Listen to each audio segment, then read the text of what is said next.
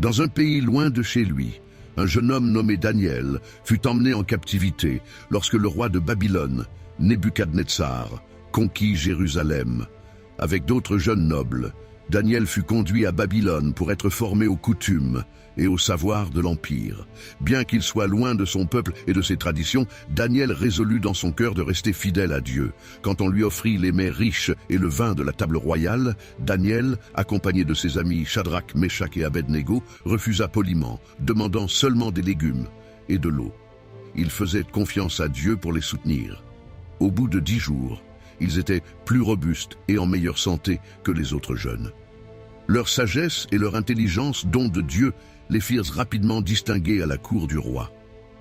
Un jour, Nebuchadnezzar fit un rêve troublant que ses sages ne pouvaient interpréter.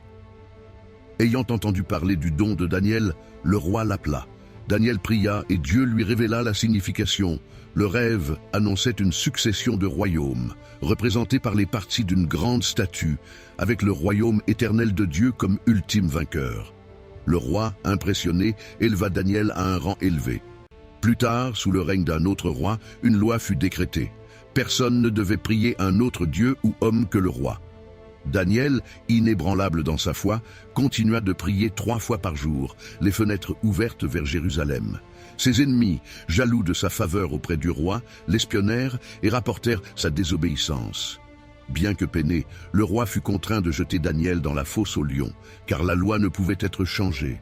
Cette nuit-là, le roi ne put dormir et dès l'aube courut à la fosse. À sa grande surprise, Daniel était vivant et indemne. « Mon Dieu a envoyé son ange pour fermer la gueule des lions », expliqua Daniel. Le roi, émerveillé, ordonna que les accusateurs de Daniel soient jetés dans la fosse à leur tour, où ils furent dévorés. Puis, il décréta que tout son royaume devait honorer le Dieu de Daniel. L'histoire de Daniel ne s'arrêta pas là.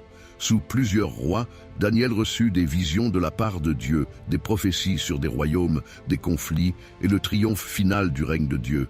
À travers chaque épreuve, sa foi inébranlable et son courage démontrèrent que la puissance de Dieu surpassait celle de tous les royaumes terrestres. La vie de Daniel reste un témoignage de confiance en Dieu face aux défis et à l'opposition.